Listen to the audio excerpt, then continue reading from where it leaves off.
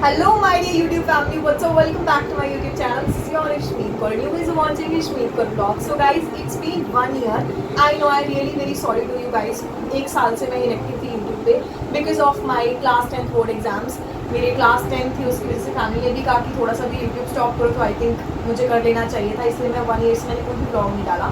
So guys, आपने title तो पढ़ ही लिया है. आज मैं आपको बताने वाली हूँ that how I score 82% in CBSE class 10th board examination without any kind of tuition, coaching and etcetera. ना मैंने होम ट्यूशन ली, ना मैं कहीं ट्यूशन लेने के लिए गई, ना कोई कोचिंग एंड कुछ भी नहीं. मैंने सिर्फ करी सेल्फ स्टडी, जो कि मैंने अपने 9th स्टैंडर्ड में भी करी थी.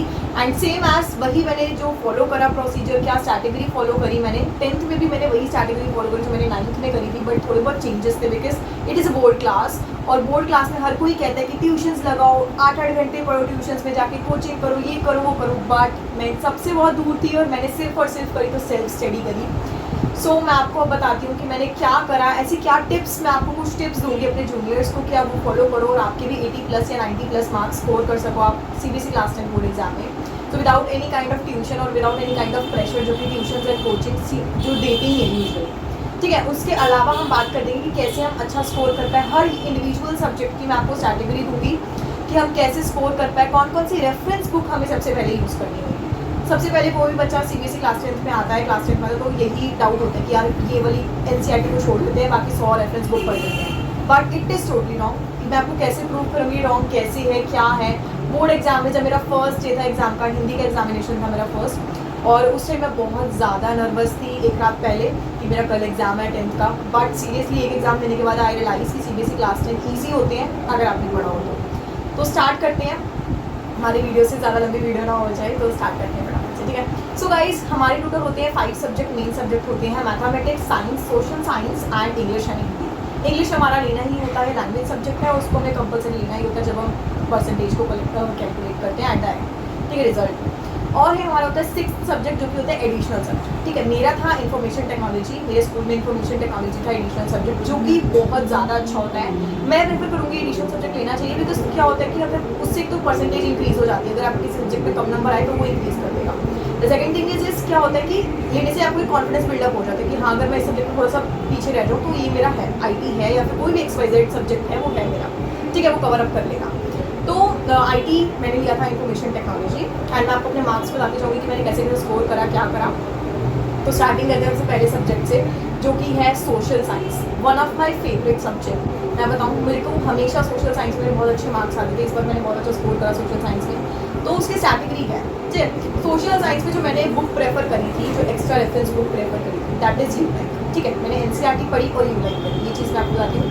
पहले मैंने क्या करा, यूट्यूब से लेक्चर पढ़ा. कोई भी चैप्टर है, हिस्ट्री, जियोग्राफी, सिविक्स एंड, ठीक है, चैप्टर पढ़ा यूट्यूब से. देन मैं किसी के भी नोट्स पे बिलीव नहीं करती. कोई भी प्रकार के यूट्यूब में नोट्स आते थे, मैं किसी पे बिलीव नहीं करती थी. मैं बनाती थी अपने self notes, which is very much efficient. ठीक है, बहुत अच्छे लगेंगे सेल्फ नोट्स आपको. मैं हर पेज पढ़ती थी, चैप्टर का कोई भी पेज पढ़ा, खुद सेल्फ नोट्स बनाए. हर एक पैराग्राफ को अपनी वर्डिंग में खुद क्वेश्चन बनाए. Because NCERT is more than enough in CBSE class 10, really enough. Because her line में से क्वेश्चन बनता है अगर आप उसको ध्यान से पढ़ो. ना पढ़ो तो पीछे की एक्सरसाइज कर लो, 100 क्वेश्चन कर लो यूलाइक वगैरह के, तो कुछ भी नहीं फर्क पड़ता उससे. बाकी मैंने क्या करा, चैप्टर पढ़ा, नोट्स बनाए, नोट्स को लर्न करा. बार बार गो थ्रू होती थी मैं सोशल साइंस के नोट से. देन मैं क्या करती थी, यूलाइक के क्वेश्चन सॉल्व करना स्टार्ट कर देती थी. Like very short, 2 marker, 3 marker, 4 marker, इनको लर्न करना स्टार्ट कर दिया.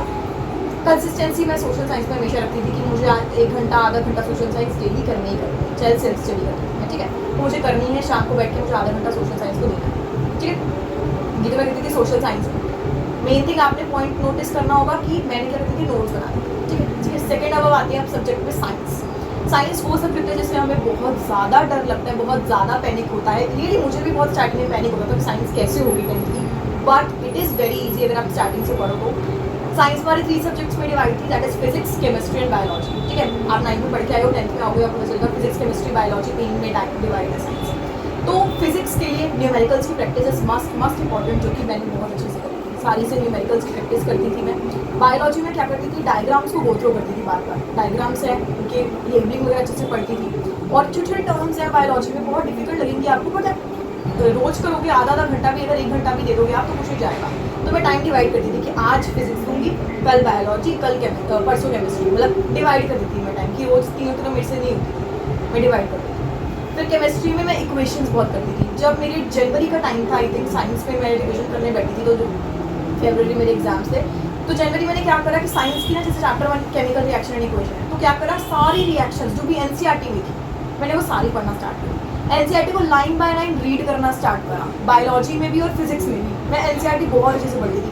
एंड आप बिलीव नहीं करोगे, मैं जब मैंने बोर्ड एग्जाम देखा साइंस का, जो मेरे पास सेट आया था, सेट 3 आया था मेरे पास, मैंने जब वो देखा तो मेरे को हर क्वेश्चन ऐसा लगा कि मैंने एनसीईआरटी की लाइन पढ़ी हुई है, उससे रिलेटेड क्वेश्चन हो गया, दैट्स इट। कोई रेफरेंस बुक करने की जरूरत नहीं, कोई लखमीर सिंह वगैरह कुछ करने की जरूरत नहीं है। क्या करा, रीड करा, नोट्स बनाए, बुक में से ही मैं नोट्स को रीड कर लेती थी। देन मैं एनसीईआरटी क्वेश्चन करती थी, बैक सीरीज। कभी कभी क्या होता है, बैक सीरीज क्वेश्चन जो है वो डायरेक्ट उठ के आते हैं, तो वो भी बहुत एफिशिएंट होते हैं। बैक एक्सरसाइज से क्वेश्चन सॉल्व कर लिए। देन मैं करती थी क्यू लाइक के क्वेश्चन, जिसमें मुझे लगती थी हाँ ये चैप्टर मेरा वीक जा रहा है, तो मैं करती थी क्वेश्चन सॉल्व करना शुरू कर देती थी। लाइक फिजिक्स के तो मैं करती थी, बायोलॉजी के भी क्वेश्चन एक्स्ट्रा पढ़ लिए, वीली वगैरह क्या होता है थोड़ा डीपली में पढ़ लिया। तो ये तो थी मेरी साइंस की स्ट्रैटेजी, समझ आ गई आपको, है ना, आई होप। तो साइंस हिस्ट्री। अब हमारा आता है मैथमेटिक्स, जो कि लगता है सबको बहुत ज़्यादा स्केरी, मुझे भी लगता था स्टार्टिंग में, बट मुझे मैथ्स जो है वो एज़ कम्पेयर टू बाकी सब्जेक्ट्स में बहुत डिफिकल्ट लगता है, अभी भी लगता है इवन।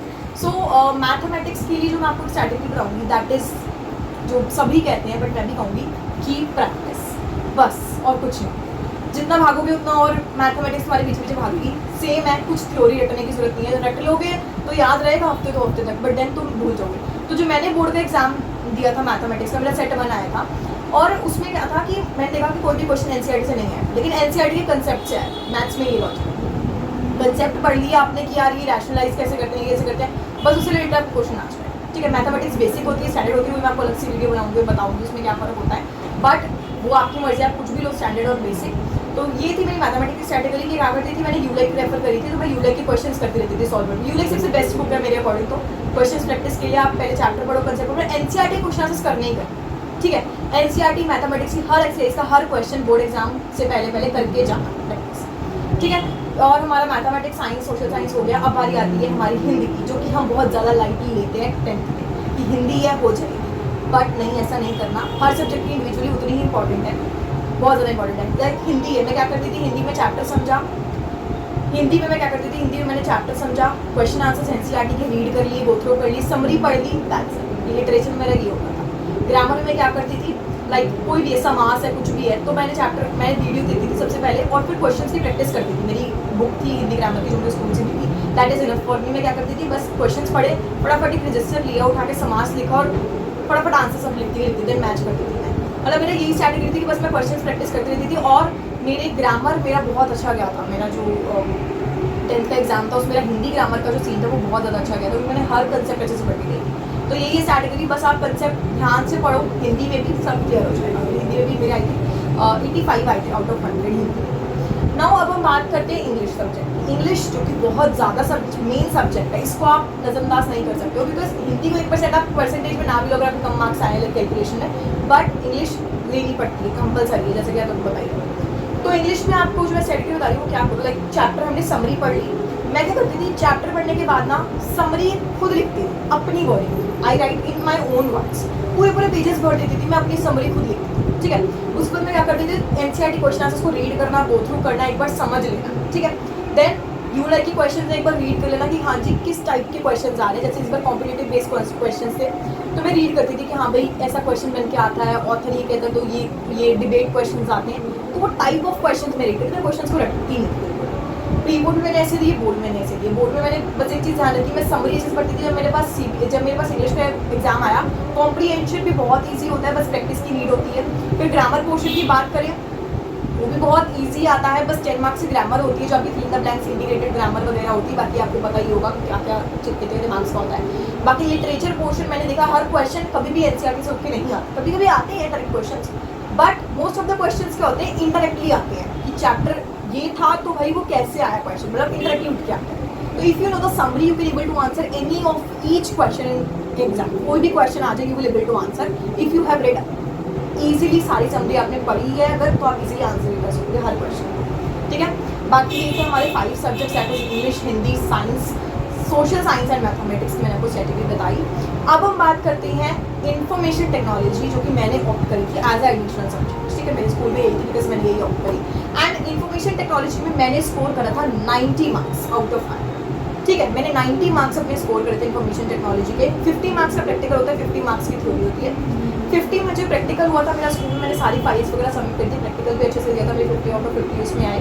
बहुत ईजी होता है इन्फॉर्मेशन टेक्नोलॉजी, कंसिस्टेंसी के साथ पढ़ोगे तो।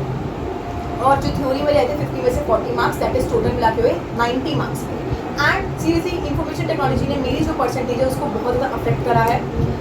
तो आप भी इन्फॉर्मेशन टेक्नोलॉजी अगर स्टार्टिंग से पढ़ोगे, जो भी एडिशनल सब्जेक्ट हो स्टार्टिंग से पढ़ोगे, तो आपको भी बहुत ज़्यादा अफेक्ट करेगा ये आपकी परसेंटेज। ठीक है, तो बस यही कहूँगी इन्फॉर्मेशन टेक्नोलॉजी में भी सारे क्वेश्चन की प्रैक्टिस करो, चैप्टर को डीपली पढ़ो। मैंने भी यही करा था और ज़्यादा कुछ नहीं करा इन्फॉर्मेशन टेक्नोलॉजी। बाकी यही थी मेरी स्ट्रैटेजी। बस यही कहूँगी कि 10th में CBSE क्लास 10th में पैनिक नहीं होना। सबसे पहली बात, सेल्फ स्टडी कर रहे हो तो कर सकते हो तो सेल्फ स्टडी करना, बिकॉज कोचिंग्स वगैरह अगर आप चाहो तो लगा सकते हो, बट मैंने तो कोई नहीं लगाई, ना मैंने 9th में लगाई थी, ना मैंने 10th में लगाई थी। यही रीज़न है कि मैंने 82% केसेस स्कोर करे। And my family is also happy, मेरी फैमिली बहुत खुश है और मैं भी बहुत खुश हुआ। मेरी सेटिस्फाई विद माई मार्क्स, मुझे इससे ज़्यादा और इससे कम की एक्सपेक्टेशन नहीं थी। जितनी एक्सपेक्टेशन थी मुझे उतने ही मार्क्स मिले। And I am really very happy for this. मुझे किसी की नहीं सुनी कोई कह रहा है कि कम है, कोई ज़्यादा है, कुछ नहीं है। सो अगर मैं सेटिस्फाई हूँ, सो इट मीन्स मेरे मार्क्स भी सेटिस्फाई है मेरे लिए। तो मेरी 82% आए एंड आई होप आप भी अच्छे से अच्छा स्कोर करो क्लास 10 में। बस पैनिक नहीं होना। लोग बोल रहे हैं कि बहुत मुश्किल है, कुछ मुश्किल नहीं है, सब इजी है अगर कंसिस्टेंसी के साथ पढ़ोगे। बहुत बच्चे जो फेल वगैरह भी होते हैं बिकॉज वो पढ़ते नहीं है तो फेल होते हैं। बाकी इजी सब होता है अगर कंसिस्टेंसी और मन से पढ़ो तो। बाकी बस यही कहूँगी कि अच्छे से पढ़ो और डेली हर सब्जेक्ट को हाफ या 1 आवर 2 जरूर टच में बना रहना चाहिए कोई भी सब्जेक्ट। बाकी यही थी मेरी स्ट्रैटेजी, मैंने कैसे 82% स्कोर करा क्लास 10th में। बाकी आप भी अपने रिजल्ट जरूर शेयर करना। और thank you so much for watching this video till the end. अगर आप अभी तक वीडियो को वॉच कर रहे हो तो it means you really like the video and please hit the bell icon also for latest updates and like the video also. So I hope you like this video so much. I will meet you the next video. Till then bye bye and take care. और next video भी बहुत जल्दी आएगी। अब मैं कोशिश करूँगी कि मैं उतनी ही एक्टिव रहूँ, ठीक है, जितनी पहले थी। So thank you everyone for watching this video. Bye bye for now. Bye bye.